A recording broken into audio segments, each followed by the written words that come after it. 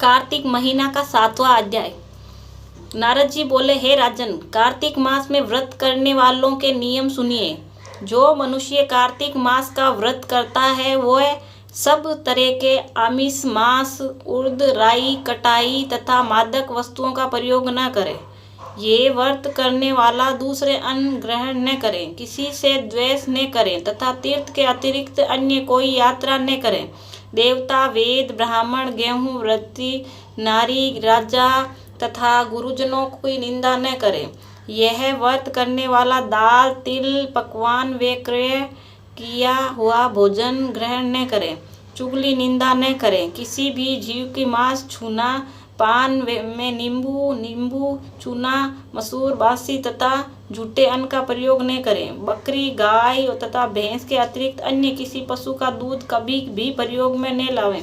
तांबे के बर्तन में रखा हुआ पंचगव्य, बहुत छोटे घड़े का पानी एवं केवल अपने लिए ही पका हुआ अन्न प्रयोग करें।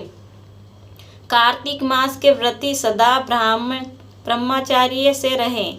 पृथ्वी पर सोएं और दिन में चौथे प्रहर में केवल एक बार पतल में भोजन करें। वह केवल नरक चतुर्दशी का तेल लगा सकता है, अन्य तिथियों में बिल्कुल नहीं। कार्तिक मास व्रती मनुष्य सिंगाड़ा, प्याज, मट्ठा, गाजर, मूली इन वस्तुओं को बिल्कुल प्रयोग में न लाए।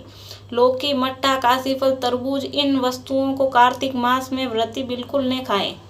मासिक धर्म वाली स्त्री, चांडाल, पापी, ब्राह्मण, द्रोही और नास्तिक से बिल्कुल बातचीत न करें। विष्णु को प्रसन्न करने के लिए अपनी शक्ति के अनुसार चंद्रायण आदि का व्रत करें और उपयुक्त नियमों का पालन करें।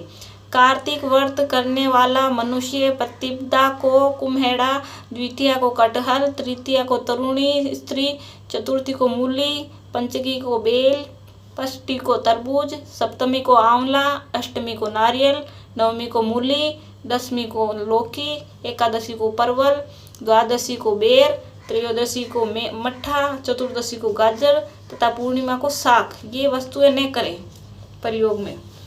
आंवला का प्रयोग रविवार को न करें।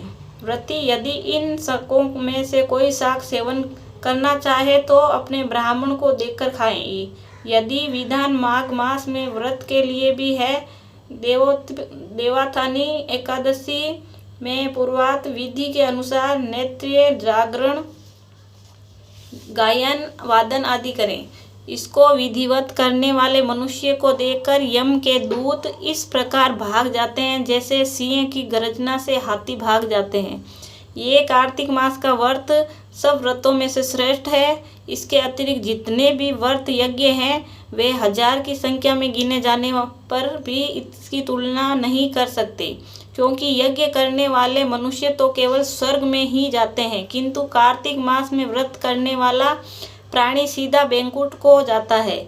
जिस प्रकार की राजा की रक्षा उसके अंगरक्षक करते हैं, उसी तरह कार्तिक मास का व्रत करने वाले रक्षा विष्णु की आज्ञा से इंद्र आदि देवता करते हैं। कार्तिक मास का व्रत करने वाला मनुष्य जहाँ कहीं भी रहता है वहीं उस पर उसकी पूजा होती है, उसका यज्ञ होता है। उस स्थान पर जहाँ की वह रहता है भूत पिशाच आदि कोई भी नहीं रह पाता।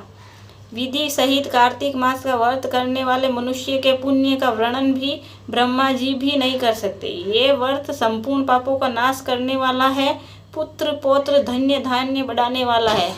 बोलो कन्हैया लाल की।